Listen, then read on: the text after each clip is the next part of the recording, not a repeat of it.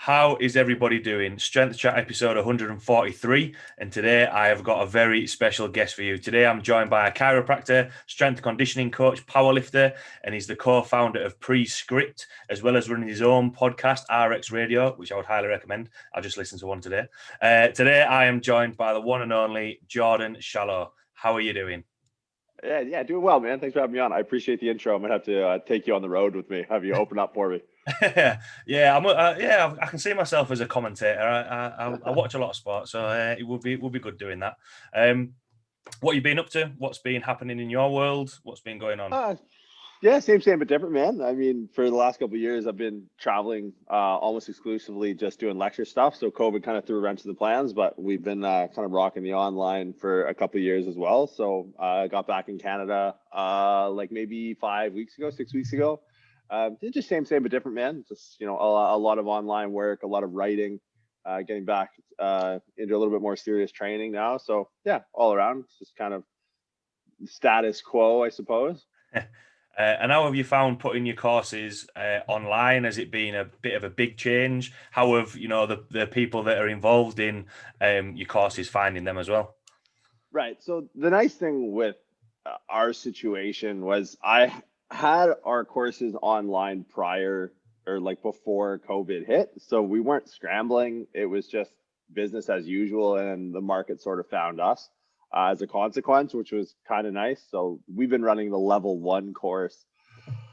Almost 2 years now. And we've got like a couple, actually, I think over 1,000 coaches through that. So it wasn't like, oh no, we have nothing to do. We've always sort of hedged our bets online and taught online. We've since expanded like our course development and now have we have 2 courses, almost 3 courses up, depending on when this airs, with like 4 to 5 in some various stage of pre or post production. So it was we were lucky in the sense that we weren't forecasting, we weren't fortuitous or anything. We just like, well, there's a lot of people out there who might not make up a high enough concentration per geographical unit for us to fly in and do all the rigmarole that comes with hosting a seminar in person, but do very much want to be a part of what we're doing and the principles and or the first principles that we teach. So we opened it up almost 2 years ago now. So it wasn't really much of a change for us. Yeah. Oh, cool. And how's your training going? Because I know, with everything that's happening with COVID and traveling and that sort of stuff, it can be a little bit disruptive, but have you been able to have a good chunk of training, or how's that been going?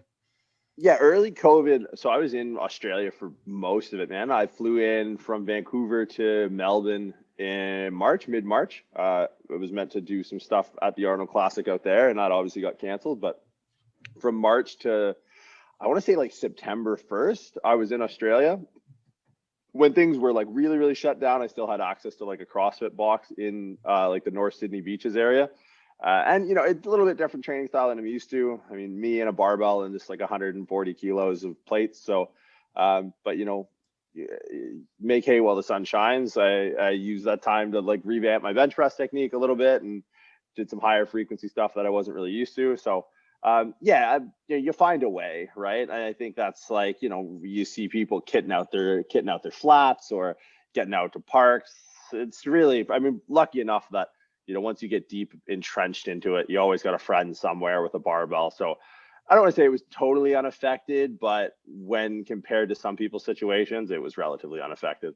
Yeah, that I'm quite happy that I would have been happy with a barbell and a little bit of plates. I know we loaned out a lot of equipment from the gym to a lot of members, and then I realised, I think I actually need some equipment. So I panic took a strongman log and a 20 kilo kettlebell, and then halfway through sort of lockdown, somebody messaged me who was actually going to get rid of their squat rack and plates and bars.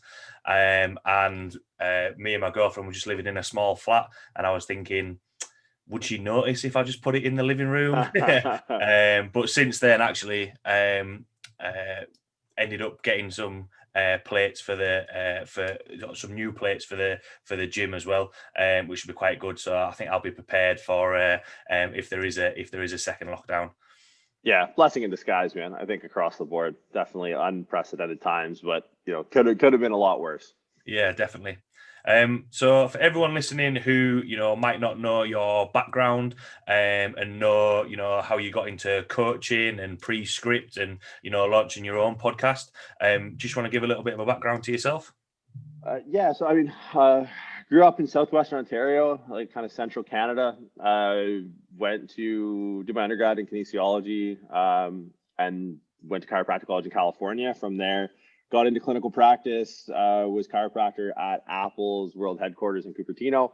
Transitioned out of that to private practice into or out of rather Boss Barbell Club, which is a fairly prominent gym in the powerlifting space. At the same time, I took on the strength conditioning role for Stanford University rugby team, men's, women's, sevens, and 11s. And then at the same time, opened up another practice at a combat sports academy, which is kind of like a mixed martial arts specialist gym just south of Oakland. From there, started Prescript, which was in its original inception sort of a turnkey solution for corrective, we'll call it air quote corrective exercise measures rehabilitation for strength athletes, just kind of outside your basic, boilerplate physical therapy stuff. So that was how we kind of started. At the same time, we started the podcast. The podcast grew in notoriety. I got into competitive powerlifting as a consequence of working with Dan and working at a Boss. Powerlifting kind of ascended with the education stuff and the podcast. Started doing some seminars just to pay for some of my powerlifting trips overseas, or powerlifting competitions rather, overseas. And one thing kind of led to another, and we started to get pigeonholed in the education side, which was totally cool for me. And got a few contracts with some commercial gyms as far as like revamping their internal education system. So Good Lift Fitness here in Canada, Ultimate Performance is based out of the UK. And they have like a bunch of worldwide locations. So started traveling in mid 2018. Yeah, mid 2018, mid 2017. Oh, shit, maybe it was mid 2017. Started traveling, just doing seminars every weekend in a different city. And that kind of led me to turning some of the Prescript education digital and doing it online. So yeah, for the better part of the last 2.5, maybe 2.5 years, I've just been traveling around, presenting in person, or traveling around and presenting through our laptop, creating courses both internally and via contract for some of our clients, whether it's like professional development for clinics or larger scale professional development for like some of the good life and ultimate performance clients that we have. And that's really the long and short of it, man. I just travel with a suitcase and my gym kit and a podcast set up, and I just kind of go around and I talk about lifting weights, and then I lift some weights, and I think about lifting weights, and I write down what I think about sometimes. And that's really it in a nutshell. That's essentially my whole life story. Living the dream then. Yeah, man, it's my dream anyway. Some people get stressed out with all the travel, but I love it. Yeah, definitely. That sounds good. And with obviously you mentioned about the clinical side of things at the start. Do you still sort of, I know obviously through the courses that you've mentioned, but still keep a hand in on the clinical side of things as well as obviously the practical side that you're doing? Right. Yeah. I'm a huge proponent of you have to have some skin in the game. If I was just kind of, out in the ether, just talking nonsense without actually applying some of the stuff that I talk about and teach, it wouldn't evolve. Like even the level 1 course from when it was initially brought to inception a few years ago to now has changed. That's why I teach it live and I don't pre-record it, because I need to update, with prevailing information or kind of prevailing trends in research, or even with my own experience, I need to stay up to date. And I need to make sure that coaches that go through it are current. So on the clinical side, I stay active in a very different way. I have a handful of clients, usually kind of mostly, actually, almost exclusively now in the professional athlete space, mostly American football. So I'll go in, once, twice a season with my guys and just do like a couple weeks with them on the clinical side, basically get like a good foothold of where they're at as far as just honestly the mechanics of their lifting, how their programming's been going, how their execution on their lifts are. So try and get to see like eyes on, hands on. Like I'll basically just go around and train with guys in the NFL and just like, because it's little things, right? Like it's the little technique cleanups that over time are going to be the big, accelerants to someone, not even accelerants to someone's career, but the accelerants to longevity in their career. So I do still do things on the manual side with them, but a lot of it is basically, dude, like just show up and like let's train for a few weeks while you're in season. Let's see where your performance is at. Let's see where your technique's at. Let's see where, some rudimentary assessments are at, and let's basically use that to adjust our programming until we see each other next time. So that's kind of my skin in the game on the clinical side, is, just working with a handful of athletes very closely in a concentrated period of time. Yeah. Oh, cool. So going into the first couple of questions, obviously I sent you the topics that I had in mind over, and you've actually, on your own social media talked about this quite a lot, about sort of chasing optimal and actually being being able to be adaptable. And I think within the current climate with everything's going on, I think that's quite an on topic conversation. But when we're talking about optimal, when it comes to training, when it comes to nutrition, what does that actually look like? Because I sometimes feel as though people are chasing it but don't necessarily know what that is. They just look at what the elite athletes are doing, the elite lifters are doing, but don't realize, they see the lifts on Instagram but then don't see all the meal prep and everything that goes on behind the scenes. So what does optimal look like to you? Yeah, I mean, optimal, the thing you'd have to optimize is assessments and exclusion criteria. If you're looking to really optimize one thing, it's having sensitive and specific exclusion criteria and or assessments that allow you to start to rule in and rule out interventions that are going to be high yield and push towards optimization, right? Like, depends, it's the right tool for the right job at the right time, right? It's not just the right tool for the right job. It's the right tool for the right job for the right person at the right time, right? So I think that for me is where when we start to push optimization, we need to make sure that we've sort of turned over the big rocks on adaptation first, right? Like, we need to be in striking distance to optimize. So a big part of it is understanding where they want to go and understanding where they are. And so I think if you can lay out a logical plan with understanding those two bookends, you're going to have a much more concise trajectory. Where most people, like, they don't spend any time on assessments. They just go blue light blockers and mushroom coffee and all this crap, and it's like, guys, like, he can't stand on one leg. I don't give like a baker's fuck about, like, if he's getting 6 hours or 8 hours, whatever, that's fine. Like, let's turn over some of the, and maybe sleep is not the greatest example to lean on, but like, let's make sure we're getting 2-to-1 tyrosine to whatever. It's like, what? No, that's what? Why are we really? So like, it is for me. It's you need to understand that it is a spectrum. Your assessments and exclusion criteria your assessment is going to dictate where they are on this spectrum, and your exclusion criteria is going to help filter out exercises or modalities or what have you that are going to help you make the highest yield leaps towards optimization. Yeah. And when you're talking about assessments there, do you find that there is a common theme where people are starting? Because I know you mentioned there, you can't even balance on one leg, but sometimes a lot of people can vary in their training ability and their movement, but they might have their nutrition in check. So have you found that there's common themes between where people's starting points are? And there's some of the bigger rocks that you can throw in and say, right, this is generally what we're going to start on before we end up moving forward.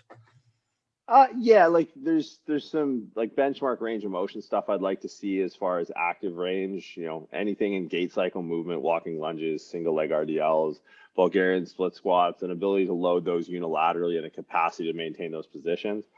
Depending on the sport and the skill level, like there are guys who are incredible athletes that are terrible in the gym because their sport is likely more skill based than output based, right? Like an O lineman for the most, and I don't want to discredit O linemen because they're incredibly smart when you watch the ones who know the game. Yeah. But like, their reliance on their brute force. Like if you take an O lineman that can't bench 225, you're likely going to have an ineffective O lineman, right? But it's like, I forget what Christian's number were, and I don't want to pick on him. I just know because he was there when I was at Stanford. McCaffrey wasn't throwing up 225 for 30 reps, right? But his position is so much more skill based, right? Like his ability to read plays, like he's one of the most cerebral players in any sport I've ever seen. So understanding the spectrum of skill to output will dictate what it is that we need from a baseline assessment. So I think there's some fundamental truths of like, all right, can we maintain an overhead position, right? Do we have the capacity, do we have the mechanics through the rib cage and the spine to be able to get into an overhead position? Because you might end up there, right? These are where this is where the likelihood of injury for most people most of the time is going to occur. So let's try and see what your plan is, or what your body kind of puts together for you when you find these end ranges of motion. And can you even get there unloaded? Right? If you can't get into a position unloaded, don't fucking load it. It's just as a general rule.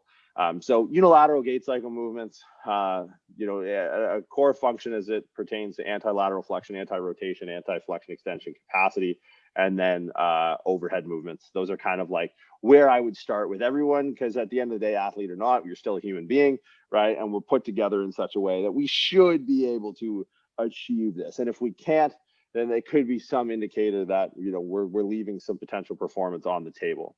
Yeah, and with that, obviously you said there about trying to get all those across the board.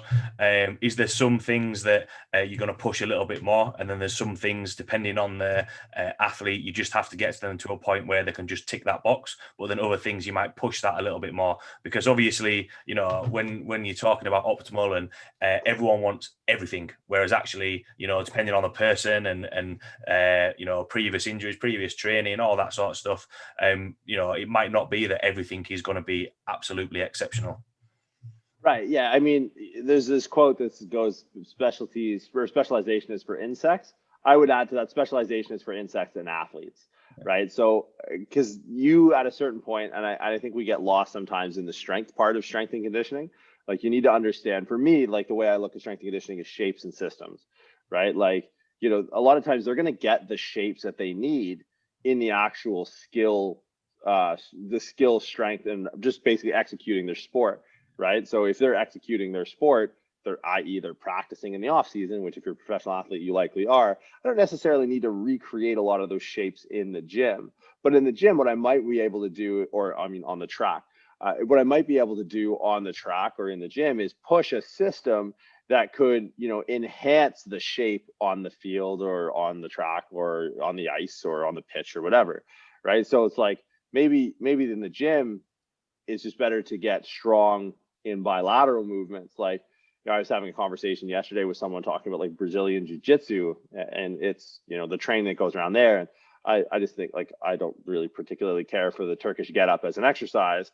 And she's like, well, like a lot of these black belts do Turkish get-ups. But it's like, look, I can understand where someone might look at that shape and be like, okay, you're on your back, you need to get to a standing position, blah, blah, blah, blah.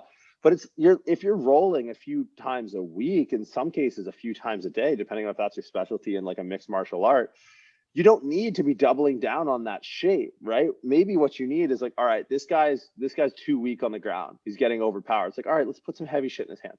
Or like, hey, this guy's lungs go in the second round and he can't even fucking keep guard. It's like, okay, like let's put him on an Aerodyne or a rower and get his fucking work capacity up, right? So, or with the NFL guys, like linemen that walk into Indianapolis for their fucking combine testing don't practice benching 225 a bunch of times, right? They practice benching 500 pounds once. And the reason they can bench 225 40 times is because they can bench 550 once. Right? Because when they spend the time in the gym, they worry about getting strong because that's what the gym is good at, right? So it's like understanding shapes and systems, I think, is like the cornerstone, at least for me, of how I look at programming. I don't even remember your original question. Actually, I just kind of like went on a blind rant. I've been thinking about that Brazilian jiu-jitsu black belt thing all night. So it's kind of been resonating through. It's just I don't know. And look, hey, at the end of the day, man, like, fuck, I don't have a black belt. What the fuck do I know? But it's like there has to be a certain level of like logical consistency, and like, why are we beating this same position over and over and over again when this is going to be a position that we need to have, control over and, resiliency in. And now I'm smashing it on the mat twice a day and in the gym with a kettlebell. Like, what's the point of this? Why are we redundantly doubling down on it? Yeah, definitely. I think the what happens in the gym should I can't think what the word is should help improve performance. Where their weak areas are. It's a little bit similar to a rugby guy came into the gym. I think this was before lockdown. And he said, "Look, I want to get stronger for rugby." Okay, sweet. Let's have a look at what you're going to do. He was already really really strong, so it's kind of like we don't need to push that. That's as optimal as what we're gonna get in that region. What is gonna make you better for the position that you played in rugby, you played in the scrum, making you a little bit faster, making you being able to use that strength a little bit more rather than just being strong but not being able to get around the pitch, not being able to actually have an impact on the game. So yeah, I completely get what you mean about if they're doing the skill for the sport, you want to find things that in the gym that are gonna help benefit them a little bit more. Um, Right. from sort of like the below sort of like the athlete level and for beginners, intermediates who are looking to progress a little bit more, do you think, and when you mentioned about the big rocks, do you think they get distracted a little bit more about sort of the end result and not the process of actually getting there? Yeah, I think distraction plays a huge role into people's decision making process. So, not I mean, a big part is like not understanding periodization, right? Like you need to be strong on game day. You don't need to be strong today. Like the same with powerlifting. It's like I don't care. Like I'm probably the weakest off season powerlifter ever.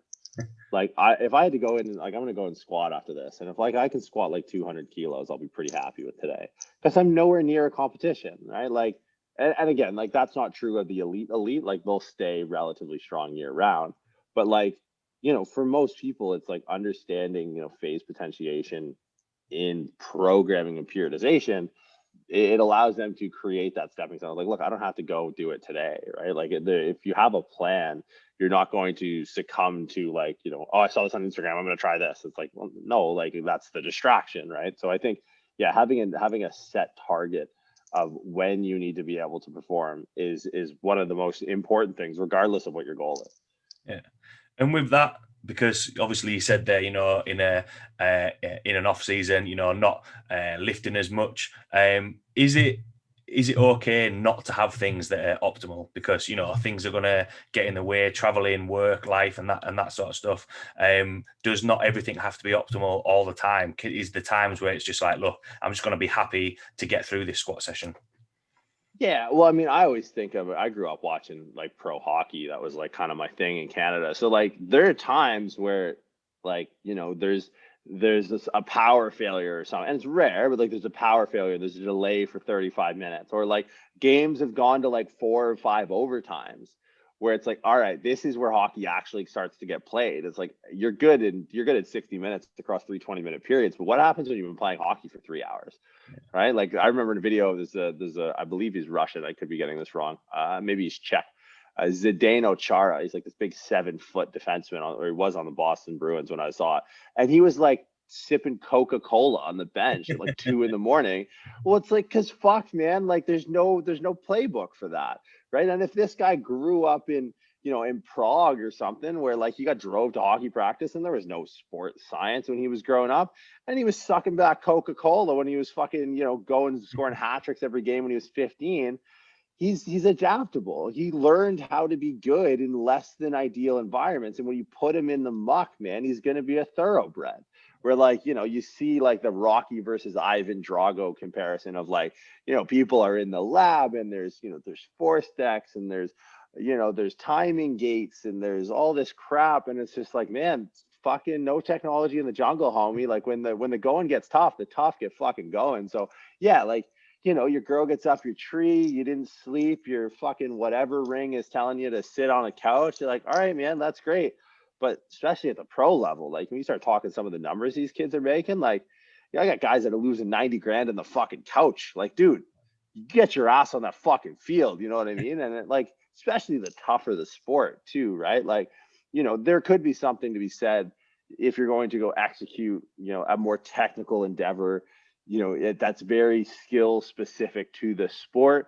and you don't want to start to program bad habits around that. I can understand that, but it's like, if you got to get in the fucking gym, you get your ass in that fucking gym, man. And like at the professional level, we hope we can start to mitigate the uncertainties. Like I know exactly where my guys are going to be for at the very least 17 weeks and then into the playoffs, right? Like, hey, you're in Vegas this week. This is where you get your food. This is where you train. This is where you're staying. This is where the arena is. You're going to get in at this time. Make sure, if you dose up melatonin, vitamin D in the morning, get outside, go fucking train. Here's the gym. It's all on your calendar. It's ready to go. Like, we can control a lot of variables at the professional level, which in some ways, like, it's not as fun. Like, working at the collegiate level, you end up in midterms and finals, especially at a school like Stanford. It's like, fuck, we're going to have to pivot hard. Like the intent of this session can stay the same, but our execution is going to have to drastically, like, they ended up, on a bus trip and the bus broke down and whatever, Susie's dog died or some shit. You're like, all right, this is fine. We can't foresee this. But at the pro level, like, it is very much concentrated. So you do need to, adapt, like optimize when you can and adapt when you have to, is kind of like how I look at that spectrum for pro athletes. Yeah, definitely. And as well, I think, so there's a guy that I used to work with who's now the S&C coach at Huddersfield Giants Rugby League. And obviously, throughout, when it was lockdown, we were talking about, coaching and how things are going. And luckily I had a couple of powerlifters who had garage gyms, but then some people didn't. So to be able to get them to do anything was quite tough. Whereas from his side of things, it was, it's their job. They're getting paid to do this, which I think is, at the elite level are going to be a little bit different. There is that sort of expectation that they have to do it. Whereas sometimes, for powerlifting, which isn't a professional sport, or, for general population clients, there's going to be times where things are going to change, and with that, would you expect that the progress from the general population to be a little bit slower compared to elite athletes? Or what are your thoughts on what are you looking for in terms of results and progression? Right. I mean, with Gen Pop, and so with Gen Pop and adaptation, the progressions from adaptation are much greater than the progressions in optimization, right? Like, they'll be manifested to equal outcomes because of the base level of skill or performance of each person. It's like someone we're looking to optimize. A 1% difference is going to be a huge difference. Like, a 1% difference could be the difference between, a world record and not, right? Where a 1% difference in someone who doesn't really have much base capacity. It's like, think of it like accruing wealth, right? Like, a 1% difference to someone who has $1 in their bank account is like, well, that was inconsequential. That's like the kind of stuff, if we were looking to optimize, like a beginner or a novice or a Gen Pop client, if we were trying to come in with all these optimization things and all this trendy crap and all this science before turning over the big rocks, we would just be trying to get this 1%. It's like, no, those tools are reserved for when that 1% actually matters. Right? Yeah. If you have $1 billion in the bank, all of a sudden that 1%, it's like, well, that's a nice mortgage for like 7 houses. Like, that's huge, right? You've accrued this wealth and you're being, albeit even still the same relative percentage, that percentage is amplified to a much greater maximal outcome. So that's the way I look at it, right? Where it's like, sure, we could, if we're looking to optimize a Gen Pop client, we probably shouldn't do that. Its adaptation is going to be like, hey, if you get your meals right on lockdown and you create a habit around getting up at this time, going to bed at this time, getting this many calories, and this is your macronutrients, getting outside for like a 20-minute walk, making sure you're getting, adequate water, maybe starting to track your body weight or something like that. Those are basic adaptations we can make that, rather than having a 1% return, now have maybe like a 7 to 10% return. Where it's like, yeah, they only have $1, but now you're getting 10% compounding daily, right? So that $1 is returning you 10 cents rather than 1 cent, right? And then the next day you have $1.10 accruing rather 10% interest. And then after a week, it's like, fuck, like these adaptations, these simple things that aren't pushed to some sciencey, like people who are at the optimized level already do this shit. Yeah. right? This is where like, all right, where can we squeeze out this 1%? It's like, well, it's 1%. Yeah, but it's 1% of $1 billion. This is going to be huge, right? So I think that's, if it's weird when you explain it in money ways, people usually understand it, because it's true. You're rich and wealthy and resource of, you know, physical capacity when you're an athlete. So Gen Pop to pro athlete, if we're dealing COVID times, it's like, what is going to be the high interest return on the adaptations we can make in this state? Or having someone focus on, hey man, like we're just gonna need you to meditate, you know, maybe go transcendental, go outside, yell at the fucking trees. It's like, dude, I can't pay my mortgage. I Yeah. can't spend 35 minutes a day, twice a day, yelling at fucking trees and some transcendental crap. Can you give me something I can use? Like, all right, this is what we're gonna do. You're gonna be up at this time. This is when you work. This is when you go for your walk. Like understanding your client and understanding where they are on that spectrum from adaptation to optimization. Again, exclusion criteria and assessment. That's going to be your best bet. Yeah, definitely 100%. You know, with the you mentioned there of, you know, you've got to focusing on the smaller things rather than actually, you know, focusing on those big rocks a little bit more. And one of the phrases that I'll say is, or what I quite like, is majoring in the minors. You know, the real small things that aren't gonna work, or, you know, in the long term aren't gonna have a big effect. But just sort of touching on that side of things of, you know, thinking about what might be important to somebody, such as, or it must be the type of bar that I'm using. I'm not using a powerlifting competition bar, or I haven't got the right wrist straps, or anything like that. That's kind of a new thing. You know, I remember when I first started powerlifting, didn't have a powerlifting bar or anything like that, bumper plates. I got given a program, right, give this a go. Is that quite a new thing that is happening with, you know, the growth of social media, or what are your thoughts on that? Nah, man, it's human beings, human beings. It's just more human beings doing powerlifting. Like powerlifting would self-select for the people who didn't want to make excuses, right? For the West Side, Chuck Vogelpols, the Jesse Burdicks of the world. Like these are guys that just didn't give a fuck, right? Like the excuses were not in their repertoire. But I think gaining in popularity off the back ends of vehicles of social media like Instagram, Facebook, YouTube, podcasts, and the like. Now we're just starting to see a more representative cross section of the overall population in the sport of powerlifting. Right? It'd be no different in, you know, if you were in real estate or if you were in the music industry. You're going to start to see, once you have enough people in, this is just human. This is just how humans divide up. There's a certain percentage that are dedicated and don't make excuses.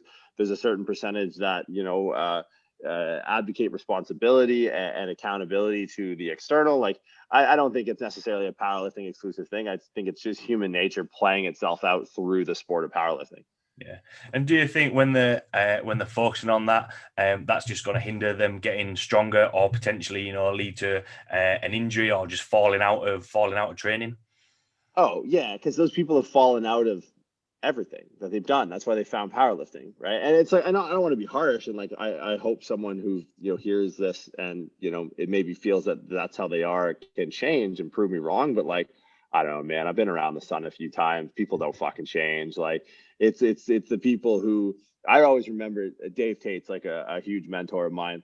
And I did a podcast with him at Elite FTS, and he was telling me, maybe it wasn't even my podcast. Fuck, I listen to that guy a lot. But he was telling me that like if someone got injured at a meet, he knew right away whether that person would ever make it back. Right. Like if there's a person that was like, the first thing they asked him was like, can I like, if I get injured by squat, can I bench press? Like, okay, this guy will be back. If someone's like, you know, like on the fence, it's like, no. If you hesitate, there's a certain level of certainty that comes with uncertainty, right? Like if I always make the fair, and it's not me, there's an author named Nicholas Nassim Taleb, if he's more like a philosopher / economist, but he talks about this idea that like, if you're uncertain whether or not a pilot is sober, you're certainly not getting on that plane. Right? So it's like there is a certain level of certainty that comes with uncertainty. Like, I'm not sure about that. Well, you're actually 100% sure about that. Like it gives you, and so like with people, like if someone is on the fence, if someone makes these excuses, like I'm 100% certain that they're not certain. And that is a certainty that is they're probably going to phase out of it. At the end of the day, like, your plastic trophy in a fucking backyard gym with a bunch of Metallica playing and someone like fucking barbecuing hot dogs or some shit. Like, you need to like this to do it. There's no point. There's no logical reason why anyone would do this. Right. Like, and then you look at like the Russians. Milanichev is up in that like wood paneled fucking basement of a library lifting like 1,000 for a double with like the librarian spotting him or whatever. It's just like, all right, this guy clearly loves it, and this is why he's the best. Yeah, definitely. I think I wanted to just touch on that, because especially when you're looking at you're never going to be able to get to optimal if you think that actually you need optimal equipment. That's not the basis of it. Exactly like you've said, there's assessments and a process to go through. One thing that I wanted to touch on there, though, I think you said it there about injuries.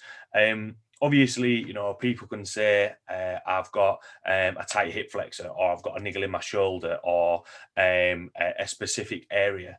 When it comes to that, have you found that people get too fixated on that one area rather than what may be potentially causing the tight hip further around the body? Because I know moving away from the optimize it, I know you could probably say that trying to make sure that you're recovering from injury a little bit better, but do you find that people focus on that and maybe don't look at the bigger picture of technique or tightness in other areas? What's your thoughts on that?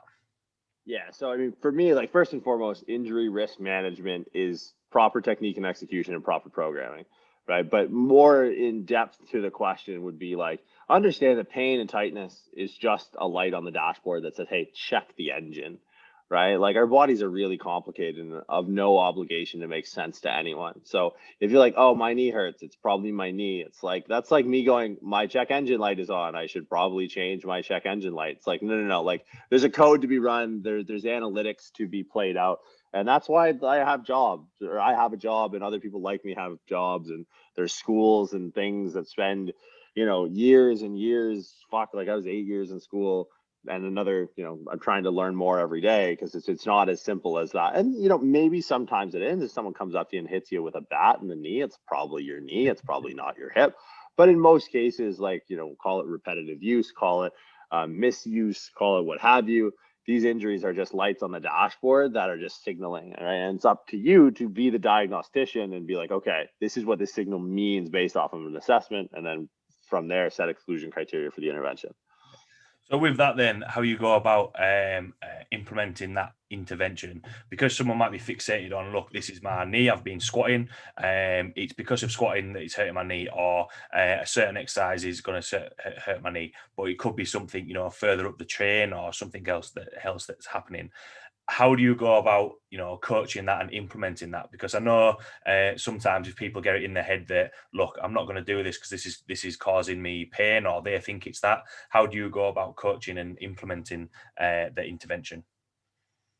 Yeah, I usually start from an assessment standpoint. Like, I look at shoulders, hips, and spines, and when we get a little bit more in depth, we go into rib cage, pelvis, gait, cycle mechanics, and breathing mechanics. So if I touch all those high points from an assessment, whether it's depending on how severe the injury, like something totally passive to something active assisted, active, and active resisted, again, turning over the big rocks, like, it could be ankle, but if there's no glaring reason for me to think that it is ankle, past history of sprains or breaks or fractures or something like that, it's like, I'm probably going to look at the hip first. More function, less structure as far as like the contribution to that joint's integrity, then up into the spine and shoulder. So there are things that over time, if you pay attention, start to present very commonly in common patterns. So when we start to see lateral knee pain or posterior knee pain, we can start to think, all right, like, in decreasing order of likelihood, the lateral knee pain could be this.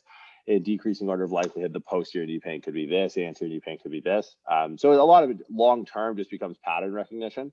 Yeah. And like, oh, okay, like, we start to check all these boxes. Again, we use assessments from a statistical standpoint that are both specific and sensitive. Specific are good at ruling things in, sensitive are good at ruling things out, and we should have a pretty clear image. And then it's an operation of, a diagnosis by exclusion, which is like, look, I didn't have an MRI. An MRI is just going to be a gold standard assessment of structure. Anyways, I'm trying to put together a gold standard structure or gold standard assessment of function. here's what I think we should do. Let's intervene with the assumption that the problem or the source cause of this insert whatever lateral knee pain is X, Y, and Z. Yeah. If X, Y, and Z yield us 1, 2, and 3, and that's what we predicted, then based off of balancing that equation, we've been able to isolate and solve for whatever that variable that caused the injury is, right? So controlling both variables in a program, implementing, sticking to, and executing the program properly is going to be like the fundamental basis of like rehabilitation, because it is going to be a diagnosis by exclusion. Like if someone comes in and is like, oh, your back hurts because you probably have a herniated disc, it's like that's the worst and the dumbest thing you could ever do. Like, you're not an MRI machine, you have no idea. Your job is to look at function, not structure, right? That's what we have. Two-dimensional pictures of fucking protons spinning a certain way in your body. The MRIs like light up on this nice picture for us, but that's not your job. It's a radiologist's job. Yeah. Your job is to like, all right, well, I don't have a scalpel, so I don't really care about doing surgery. I can do stuff with function.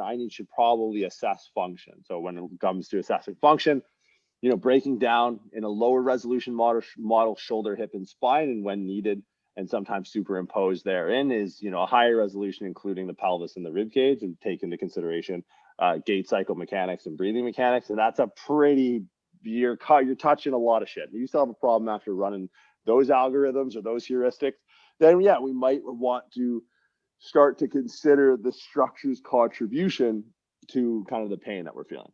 Yeah, I think when you're saying there about the full assessment, it can sort of give people a little bit of confidence that actually we've gone through all this. This is the conclusion that we've come to, because people do need an answer, and straight away that actually I've got a woman who's hurt her back, and she came in and she said I've hurt my back. What is it? And it's kind of, I cannot give you an answer right now. Straight off saying that.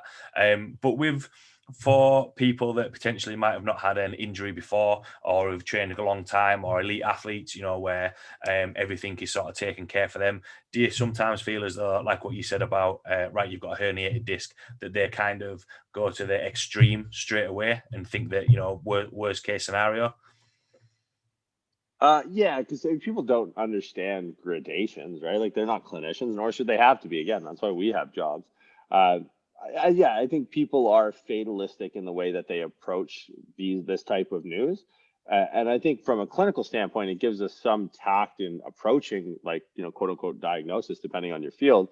Because it's like, all right, people usually suffer from the diagnosis more than they actually suffer from the symptoms, right? So the actual words of like, you have degenerative disc disease. And it's like, well, if you know what degenerative disc disease is, you kind of just go, okay, and that's it. Okay. Like, no, like diabetes is a disease. Degenerative disc disease is like some dude in a dark room looking at black and white pictures thinks there'd be more space between my vertebrae. Like, fuck him.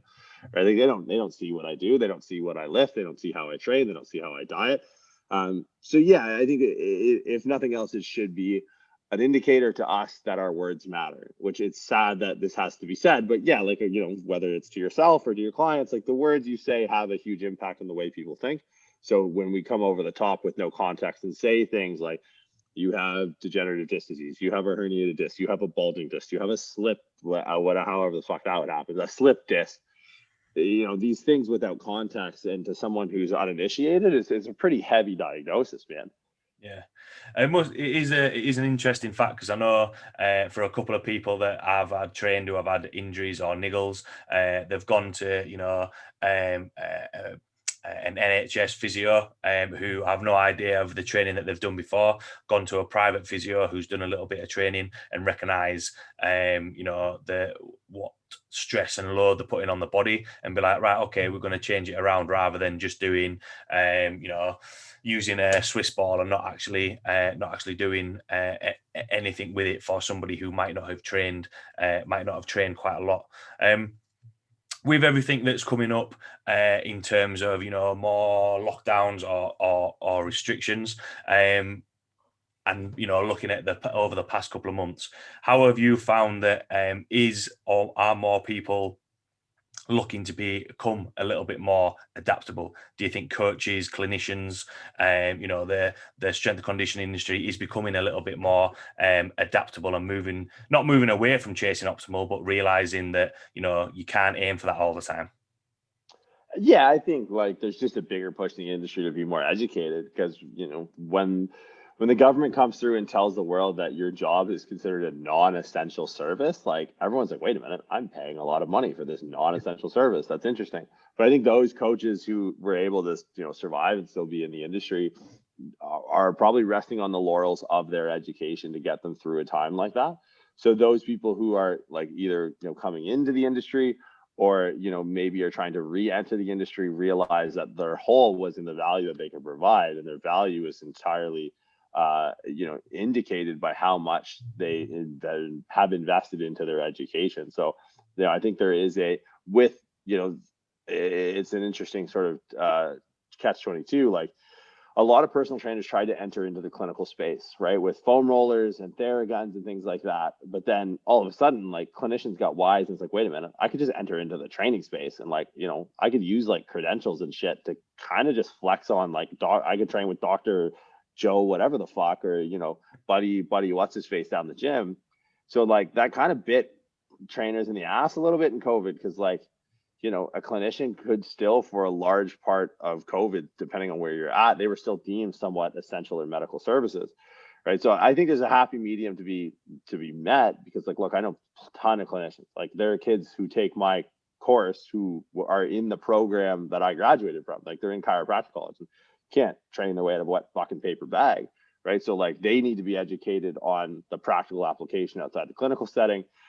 But I think there's a lot of room for coaches to understand clinical theory and exact it through sort of the guise of practical application and training. So I think the biggest push here is just going to be on people, and obviously the guy who fucking does education will tell you this, but it's my education that allowed me to get through it in a similar fashion. So I think my mom was right 25 years ago when she's like, education is the most important thing. So yeah, I think that resonates probably now more than ever.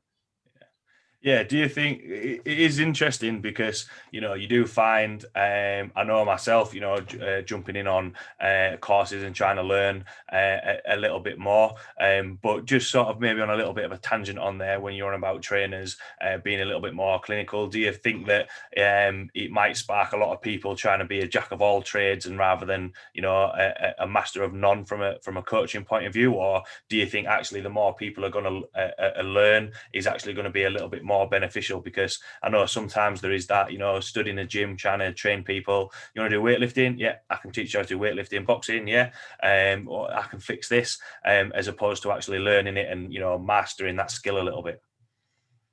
Yeah, I think it's good to know a breadth, like to understand a breadth of knowledge, to understand where your borders are, right? Like I know where the outer limits of my education are and my abilities as a practitioner. And I know because of that, I have really good networks of people who start to touch these borders and start to take it from there. Like I could refer you to the best regenerative medicine specialist, PRP, stem cell, prolo, whatever, like I would argue in the world, because it's like I know exactly up to which point I can help a person because I know a little bit into his realm. Like I know a little bit about like the scaffolding model that they use and some of the deeper biochemistry behind it.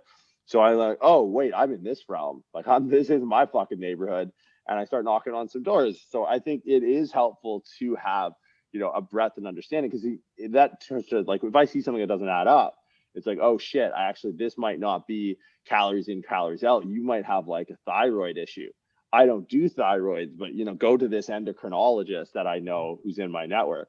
But if you didn't know that, like, the thyroid was even a thing or what the thyroid does, you could just be like, more cardio, more, and just fucking tanking someone, right? And it's just like, but there's a lot of coaches who don't know like what a thyroid does. So I think it is helpful to a certain degree to get a breadth in your education or your familiarity with concepts, but also have a depth to what you can apply and what your wheelhouse is. Because like I'll tell people, like, look, these are my borders, right? Everything within this fucking town, everything the light touches in this Pride Rock is kind of mine. Like I know at least have the competencies to go through the research and understand to a certain degree if I haven't, it's not something I'm totally familiar with. But I also know, like, look, that's an elephant fucking graveyard. Like, I don't know what's going on over there. I know it's there, right? Because I've mapped my environment by learning some of the externalities of the profession. But Simba, you stay the fuck away from that, because like if you're gonna be one of in this area here, you don't know what you're doing over there. Yeah. But I think a lot of people just they have this willful blindness to stuff that they don't know, and they think everything can be solved by them. It's like, dude, like just trust me. That's a hassle. That's not going to be a result you want. Get them out of here. You know where to send them. And if you quarterback that positive experience, they'll tell their friends about that. This is the best coach ever, because he picked up that my issue was Hashimoto's, and then I went to this guy, and now I'm better. And it's been my whole life. And the guy sitting there with the endocrinology and the medical degree is going like, hey, what about me? And the guy who's just like calling the play, go see Dr. So and what's his face, just like, this guy's the best guy ever because he told me to go see this guy. It's like, what? No, like the guy over there is the best guy ever, but we have more contact with our clients than any medical professional do as coaches and as trainers. So you can really be able to make a profound impact, not just in the gym, but being able to know where to send people outside the gym. Yeah, definitely. I think it is a key thing that networking is only going to benefit people as a coach, and going full circle, if you like, going to optimal. If you want to be optimal, it's not from a coach's point of view and get the best out of the client. If there's something there that's outside of your knowledge scope, there's no reason why you can't refer them to a physio, or like I'm trying to learn a little bit more about the nutrition side of things, but I know a guy who does a lot more nutrition than what I do. He's a nutrition coach. So if they need something with that, you can bounce ideas off each other, and I'll learn a lot more as well, seeing when they're in sessions and seeing what nutrition they're doing, or whatever it may be. Quite a lot of topics covered there, and a few tangents and a few discussions. But from everything that we spoke about there, the last question is, what would be your take-home points or words of wisdom? Good question, man. I don't usually espouse wisdom because I don't think I know what the fuck I'm doing most days. What would be a good one? What's one I've liked? I like get out of your own way. I think a lot of people in this day and age are a little bit too tripped up about being wrong, especially with like social media and the lack of context. It can be, misconstrued, and people so quick to anonymously, say you're an idiot, and that's not how the knee works or whatever. It's like, who gives a fuck? Like the guy with the cat picture over his profile with a blocked account and 7 fucking followers, like fuck this guy. And I think like, if you got something to say it, right? And like to shoot your fucking shot. And if it's wrong and it's like empirically wrong, and someone will tap you on the shoulder nicely and be like, hey man, like actually this, that, and the other. And then you've learned, and then that's one less thing that you don't no longer not know, in a double negative sort of weird way. And like you could fill a very large room with shit that I don't know. And even in the profession that I educate in. So I think like getting out of your own way is like the first step to like actually starting to learn stuff, because otherwise you're just going to be stuck in this like, okay, I think I know this stuff, but like I don't want to talk about it. And with the seemingly for now the inevitable inextricable link between social media and the fitness industry, and this weird following thing that is basically like a social stock market that is kind of indicating the public's trust in the information you put out. I think a lot of people have really good information. Like there are coaches that I follow that run through our level 1 program, and I try and follow all of them that come in, and they're fucking guns, but they're also gun shy. It's like, dude, if social media scares you, like what about like literally anything out in the world right now? Like I read a story on MSN last night. My buddy Stu sent me, one of our coaches, our director of strength sports, Stu Locke. He sent me this thing that like Russia is weaponizing subarctic octopus or something like that. They found octopi, and they killed 3 people, the 3 scientists in a lake in the Arctic. And now they're weaponizing this thing. And it's like, I hope to God I kind of hope it's real, to be honest. But at the same time, like, that's terrifying. Like a mean person in the comment going, you're dumb. It's like, fuck you. Anything else? No? Okay, that's it. I'm done. So I think the wisdom that was honestly, it was imparted onto me, and credit where credit's due. That's another thing. By one of my close friends, Craig Capurso. I haven't laid eyes on him in 6 or 7 years, but Craig was influential in my inception into the fitness industry, and that was advice he gave me right away. Like, he didn't necessarily like the content stuff to start, but he helped a ton of people. He disseminated great information, and if some people don't like it, it's like, that's life, man. Fucking some people aren't gonna like it. Fuck them. And if it helps you along the way, then being good at taking criticism is also another skill. So yeah, I think if there was words of wisdom, I would just say, get out of your own way. If you listen to this, like, you do the podcast, trust me, I've done a 10,000 podcasts. This has been unreal as far as just like the conversation, the dialogue, but this had to start somewhere, man. I remember my first podcast episode, you're 140 deep. That's crazy. Right. But it's like, you had to at one point get out of your own way and be like, all right, man, this is going out there. This is my mom's going to listen to this. My mom listens to every podcast episode. Like, I shouldn't say this. But yeah, I think get out of your own way is probably the best advice I've ever received. So if I could, impart these closing words from the wise Craig Caperso, I will say, get out of your own way. Yeah, I think that's a good word of wisdom to finish on. And I laughed to myself there because, started off this podcast just recording myself on my phone. Now I've, graduated to a laptop and a microphone. And I kind of just take it week by week and just and see what happens. But laughing in the back of my head because anyone listens to this, I've just got an image of everyone now going, weaponizing octopus. So that was real. Right.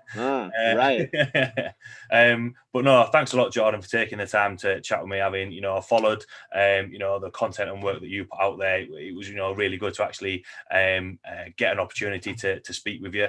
But for everyone listening who might want to follow any of the work that you're putting out there, seeing your courses, podcast, or have got any questions about anything that we've spoken today, where can people find you? Right. So Instagram is likely where I spend most of my time, at @the_muscle_doc. You can follow us at Prescript. That's where we run our education. So at @pre_script, SCRIPT.